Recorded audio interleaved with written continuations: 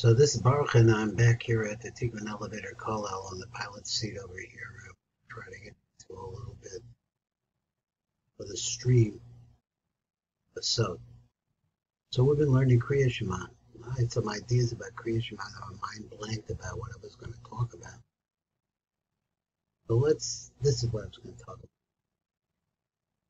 about. A very basic concept in Kabbalah, which is called Hismat, this of the or, minimizing the light. Because the light of the Ein Sof is the light of infinity, and we are not infinite, we are finite, very finite.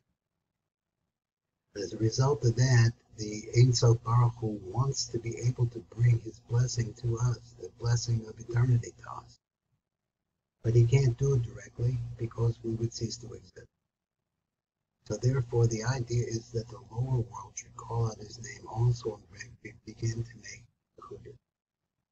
Over here in the Kriat Shemah, we got into this concept that we make the way to make Yehudim, one of the great ways to make Yehudim is in the Kriat Shemah. Kriat Shemah, first of all, the words themselves are miyached, they make a yichud, and they bring in mochid, the godless, as a result of yichud or zivug that takes place in Abba Behima. And then we have zivugim all the way up and down the line of all of the partsufim. But that's what I was trying to say, is that we understand that all blessings come from the Roma Ma'alos, from that which is beyond our ken to be understand the Ein Sof Baruch Hu.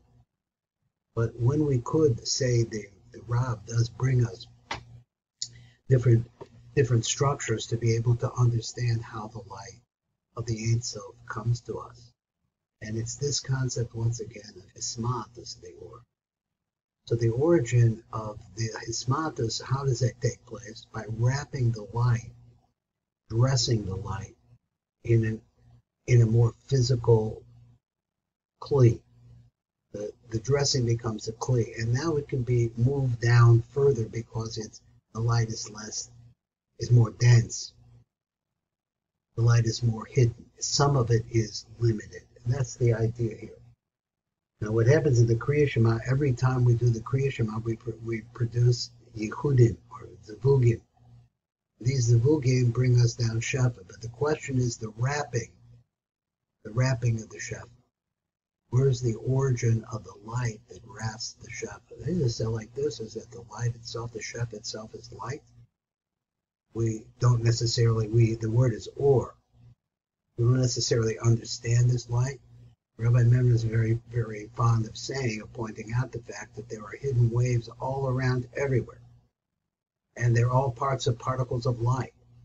Even thought, based on some kind of waves that's my word, what it would be, but it would be some transmission form.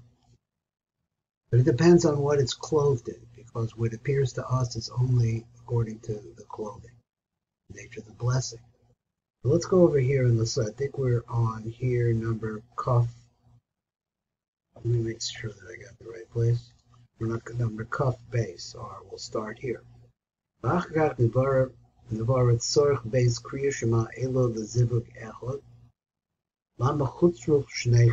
you need two Yehudim?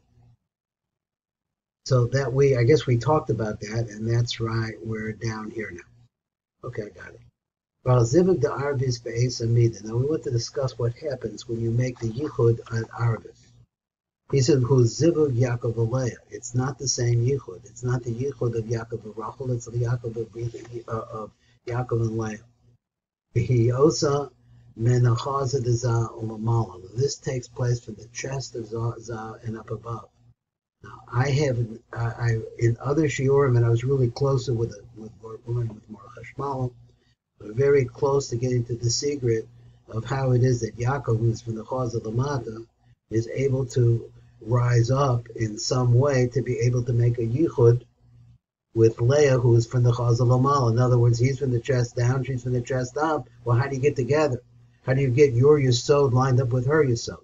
I ain't got the answer yet. I'm hoping maybe the Tiv will say that over here. So I don't think he will, because it looks like there's too much Tiv over here yet. But he was about to get to it. We were learning Nesiyat Kapayim, then we learned after that, what do they call Nefilas Apayim. So Nesiyat, those two go together. We got to a certain place very deep. We had to stop Hopefully we'll get back to that again. So anyway, he says, so I'm looking for that answer. It's a lower, a lesser level of Yichud than that of Yaakov and Rachel. 1 second, I got a little technical problem. All right, let me see. I think I'm okay now. So he says, Yaakov and Rachel. Asher b'shachris, that takes place at Shachris. It doesn't pull down. It's only able to bring down the shefa the Ein Sof through Ella min hamadrega shalamata mechashnei madregas of Nizkar, v'hum yitzonius arich. We had two madregas of what could be the dressing for the shefa, for this tipa, for this bracha. So we have two different ways that we said that it could be from the Kitzonius of Atik, which is the most benimistic part that we can recognize, let's say like that. And it's from the Kitzon and from the Benimius of Arich, which is the most choice part of Arich, and there's Atik inside of it. And then we go now on this Kriya Shema the Aravis, is you're only going to be taking from the Kitzonius of Arich, not the Benimius of Arich, which is the lesser, the more Garua part. If you had a question, well, what happened to the Benimius of Atik? Well, the Benimius of Atik is called the Reisha the Lo Isyada. It's unknowable. It's beyond our ability to put words on it or say how it acts. No. Let's look over here on number Kaf Bet down here. It says, the Arvis Be'ez Amida Daika. So this takes place at the time of the Amida. The Yichud takes place in the Amida. Who Yaakov im Leah will be Yaakov and Leah Lamala Minachaza Dezah, which is up above the chest of Zeranpin. So it means like this, that Yichud has to take place in some way. Yaakov grows up. I think I might know the answer to this, but I'm still not. I'd like to see it written someplace.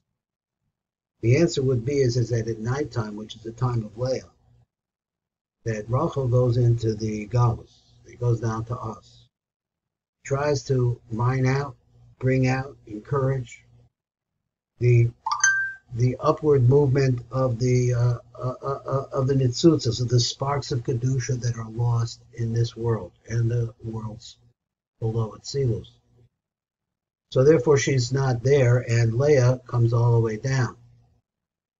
And I guess in some way, Yaakov also grows to that height too, but I don't have that answer. But this would be a nighttime kind of. The Masha Ein came to Kriya Shema the Arvis, because they're in Arvis, who's the Abba Ve'ima. It is a Yichud of Abba Ve'ima. Of Abba Ve'ima. So he says, and then he says, he yos Shabalila at nighttime. We're talking about after dark. Bamida, Uzivug Yaakov Alea, Lamala Minachaza, up above the chest. The Zeranpin, who's Zivug Yosa Gurua Mebishachris. It's certainly a more inferior Yichud than what takes place in the morning. Hagam Shesham, because whereas we also know Shesham Kol Yazivug Yaakov Arachel Lamata Minachaza, that was below the Chaza. Now this is above the Chaza. It's a higher level. It's up above. So what are we trying to compare? Now, Yaakov had two wives, right? So he can make a yichud with Rachel, make a yichud with Leah. So the thing is that how that the yichud with Leah is up above the chaza and not below. So I'm trying to understand this language. I've seen it many times. I don't understand that 100%. So something like this, it can name such a zivug Yaakov or Rachel lamata min chaza, that yichud of Yaakov and Rachel is below the chaza. It's going to be a higher level, even though that the yichud of Yaakov and Leah are above the chaza. So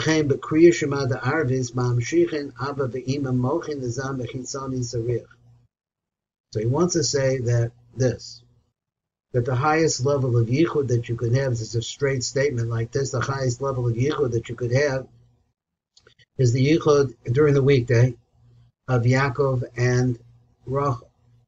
That is, all the yichud that takes place. If Zer Anpin was a pole, right, and the pole had a top and a middle section and a bottom section. So at the top of the middle section is where Yaakov and Rachel are, respectively. Yaakov on the front of Zer Anpin of that pole, and Leah and Rachel on the back. Now here he's saying when you come to nighttime, it's not going to be those two making a yichud. Now these are just facts I have to know, but I really need to look more deeply once again into this inyan to find out exactly what is the difference of the product, or what did they produce, because when any yichud produces neshamas. So what's the difference? And I have learned it, but I forgot already. So anyway, v'shehu b'shnei madregos lamatam in Kriat Shema the Yotzer. These are two levels lower. In other words, the Kriat Shema the Yotzer, the dressing, the labush of that tipa would come from the Chitzonis of Atik. Tesham koyom mochem b'chitzonis Atik. B'kan hu b'mochem b'chitzonis Arich. So it's not even from the Penimis of Arich. I'll say the shal mochem, who is this? The first one, Chitzonis Atik, base of Penimis Arich, Gimel Chitzonius Arich. So we're getting it from the third level down is going to be the quality of the clothing of the tipa. Let's go on here and let's see some more. So he says we have a couple more minutes. So he says, let's read up here. I think we did it all. I don't know what I did exactly. I'm sorry. So let's come over here to Kriat Shema Drush Gimel. In other words, I didn't know whether I started reading the top and then I went to the bottom. I'm going to read the top over here. ARI Arno Gimel Bechinas Zivugim. Now we've explained that there are three different kinds of Zivugim. Zivug Adal Shuchu B'Tefilas Amincha for the fourth time. There's a zivug over there too. Ein Bo Kriat Shema, but it takes place without the Kriat Shema. We're going to explain that as we go along a little bit more. Let's look over here on number Kaf Hey. Here we are right here. So he says, Rav Bir Lono Shlosha Mini Zivugim Shazer Anpin V'Nuk An Asim B'Me'achol. Now he explained the first one, which is Kriat Shema L'Lameta. This is the most inferior of the two wrappings that could be possibly. I don't like the word inferior particularly. I say that this is the most, the least transparent. It's the most dense of them. And that's the one that takes place at Kriat Shema Alamita.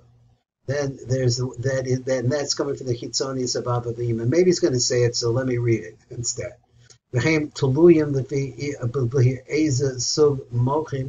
This really depends on what type of mochim mekabel is there anpen livnei zeh b'zeh amiras Kriat Shema. So here are the three zivugim that take place between Zer Anpin and his nok. The first one is B'Tfilas Shachris. It's in the B'Tfilas Shachris. Na'asa zivug Yaakov Arachel. That's where you make a yichud in Yaakov Arachel. This is the most transparent, the greatest light that comes. So since God has already gotten Kriat Shema, he already said the Kriat Shema the Yotzer. And he got the Mochim B'Chitzonis Atik, and he got Mochim that came into him that were wrapped for the Chitzonis of Atik. So therefore, it's a tremendously bright light. The second one, base, B'Tefilas Arvis. That's when there's a yichud that takes place between Yaakov and Leah, the other wife, Lamala min hachaza.